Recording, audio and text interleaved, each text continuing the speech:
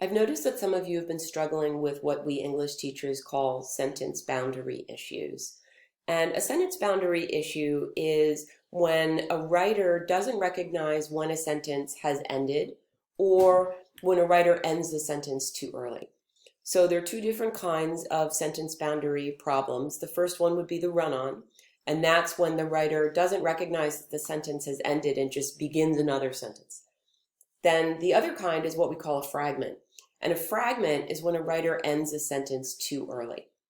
So I think that one way to begin to identify sentence boundary issues and to figure out how to correct them is to understand a little bit how sentences are structured. So just like essays, sentences have some basic structural rules. For example, an essay needs to have an introduction paragraph, needs to have body paragraphs, and it needs to have a conclusion paragraph. And in the same way, a sentence needs to have some key elements. The most basic would be a subject, which is usually a noun, and a verb. So the subject is what the sentence is talking about. If we were to look at this sentence here, the bunny eats a carrot. The subject of the sentence is the bunny. Now, you're going to notice that there are actually two nouns here. The bunny is a noun, and a carrot is a noun. But there's only one of those two nouns that's actually doing something, and that is the bunny. So once you figured out what the subject is, and that's sometimes a little bit easier, it tends to be at the beginning of the sentence. It tends to come before the verb, the bunny eats. Again, it's the star of the sentence is how I like to think of it. So you could have a musical group, and there could be a lot of members in the group. Like Destiny's Child has multiple singers in it, but Beyonce was sort of like the star of Destiny's Child. So you can have a lot of nouns in a sentence, but there's going to be one that's kind of the star of the sentence. That's kind of how I think about it. The next thing that every sentence needs to have is what we call a predicate. And you don't have to remember that word. I'm just telling you what that word is in case you feel like you want to know some fancy grammar terms.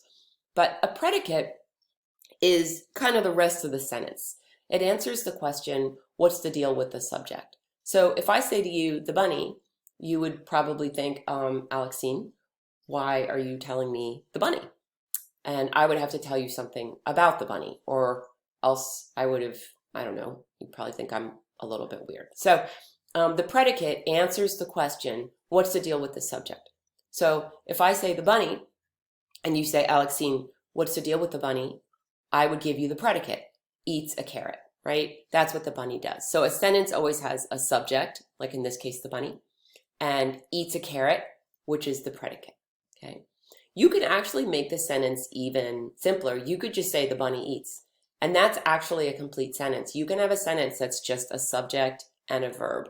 And this little word over here is called an article. The or a or an are called articles, but you don't really have to know that. So we call that a simple sentence because all it is a subject and a verb, right? And I gave you a little picture. Here's the bunny eats. That would be my simple sentence. Or I could add a little bit more information and say the bunny eats a carrot, which I've learned carrots are not that good for bunnies, in case you were wondering. Like, they're like candy. A bunny shouldn't eat too many carrots. Although the bunny would disagree. Bunny would probably like to eat all the carrots. Okay, you can do some other things to make a sentence more complex. You could add more subjects. And the easiest way to add a subject is just to slap down an and. The bunny and the dog drink. So in this case, my subject is the bunny and the dog, and my predicate is literally just one word. It's the verb, drink, right? So a predicate can be a word. The word can be a verb. And in fact, every predicate will have a verb inside of it.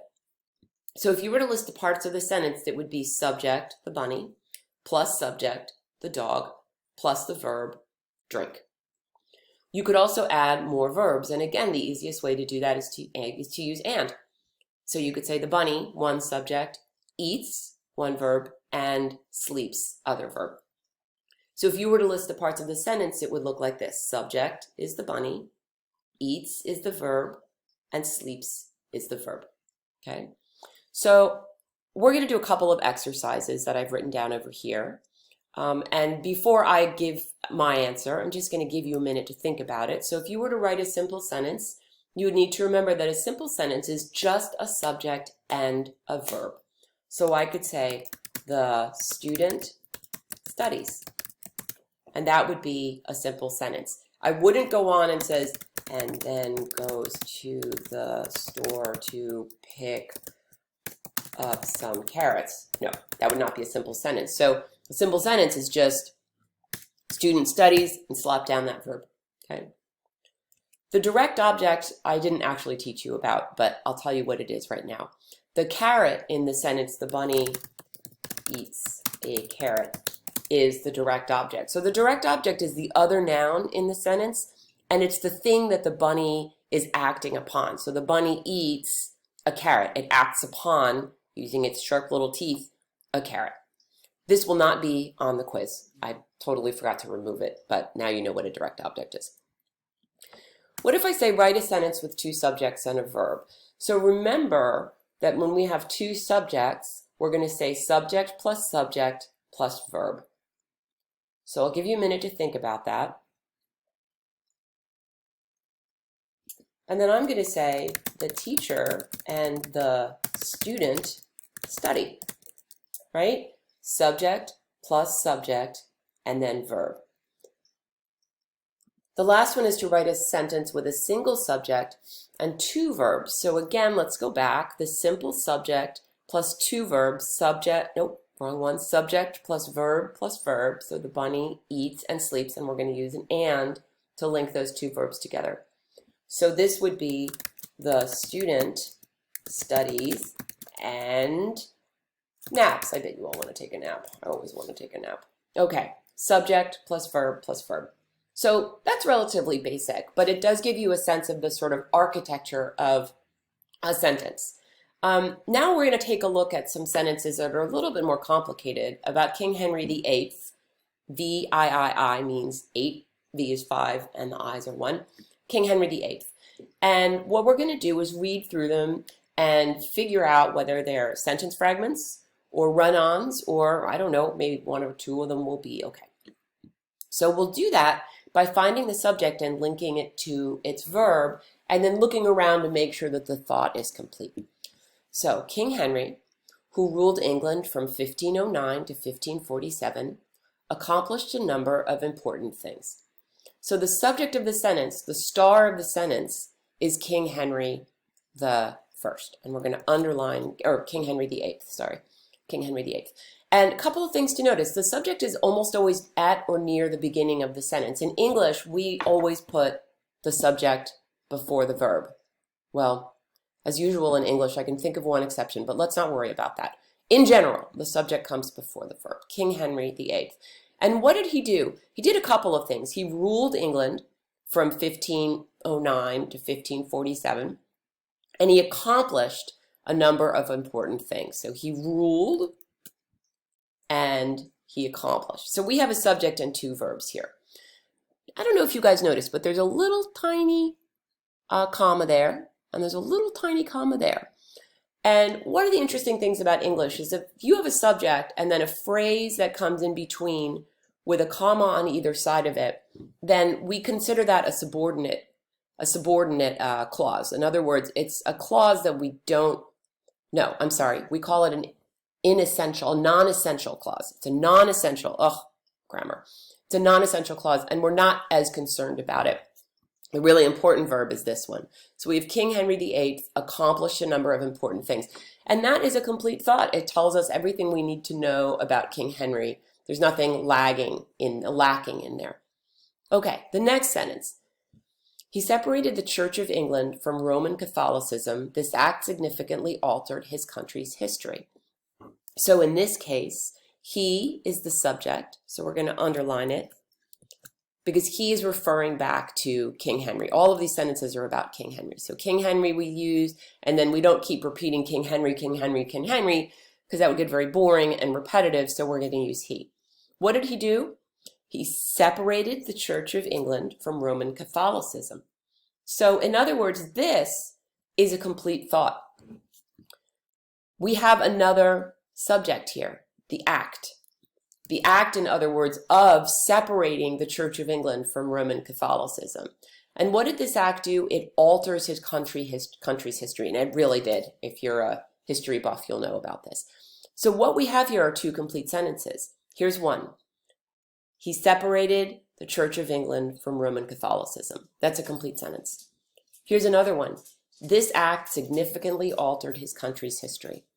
So the best idea that you could put in here would be either a period, in which case you have to capitalize the T, or you could put in a semicolon and leave the T lowercase. Here's the next one. Credited with changing the king's role to include head of church. So let's look for our subject. Whoa, there's no subject here. You see that? See how subjects come at the beginning? This is a verb. This is a verb. We're not going to begin our sentence with a verb. You can fix this really easily. You can write, he was credited. See that? In this case, we have he as the subject, and we've created a more complicated verb. He was credited. Now we have a subject and a verb. We've told the whole story of Henry. He was credited with changing the king's role to include head of church. Next sentence. However, Henry VIII's accomplishments are often overshadowed by the fact that he had 6 wives. He was not very nice to them. So this is true, by the way.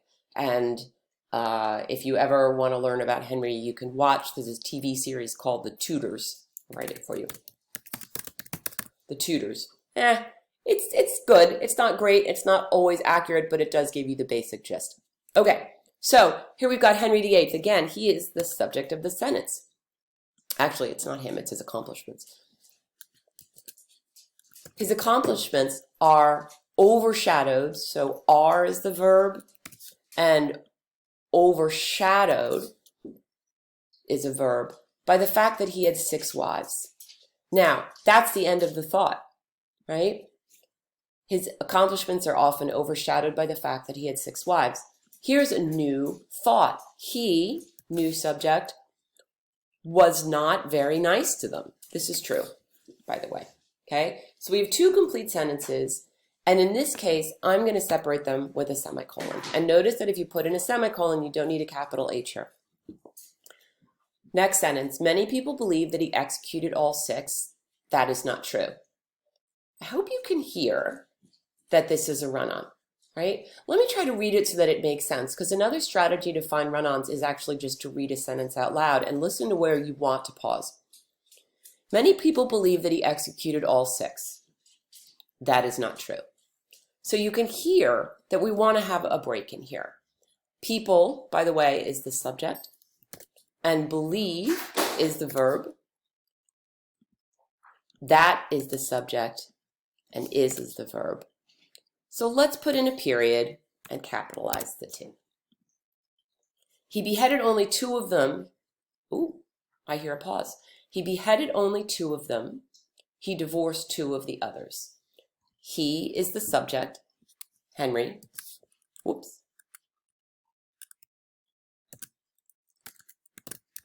Let's try that again.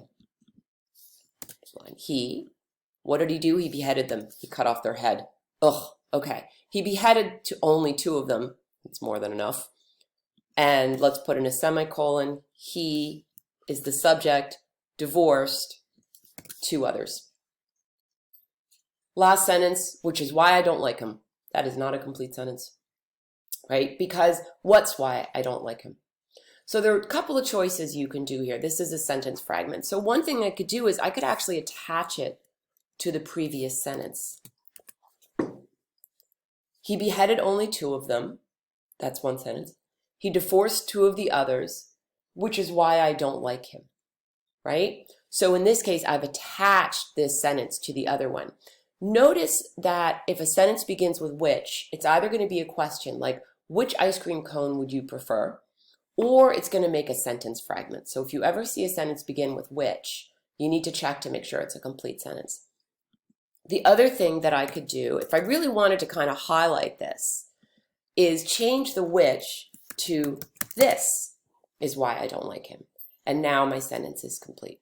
So I hope that that clears some things up. I'm going to put up some exercises for you to do to get some extra credits. And if you have any questions, get in touch with me.